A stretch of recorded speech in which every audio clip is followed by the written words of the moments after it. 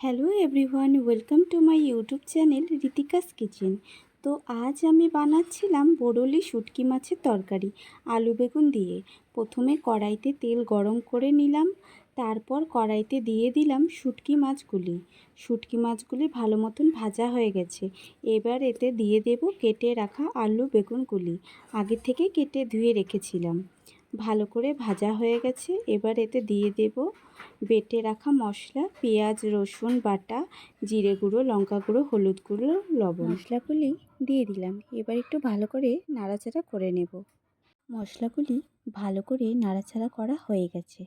এবার এতে দিয়ে দেব সামান্য পরিমাণ জল।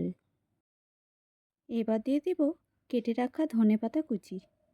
ধনেপাতাগুলি ভালো করে ছড়িয়ে দিলাম। আর হ্যাঁ, আমার রান্নার ভিডিওগুলি যদি আপনাদের ভালো লাগে তাহলে অবশ্যই লাইক, শেয়ার, সাবস্ক্রাইব করতে ভুলবেন না। তরকারিটা প্রায় হয়েই এসেছে। এবার এটাকে একটি পাত্রে নামিয়ে নেব। তৈরি হয়ে গেছে গরম গরম বরলি শুটকি মাছের তরকারি। এটা গরম ভাতের সাথে খুব ভালো লাগবে। একবার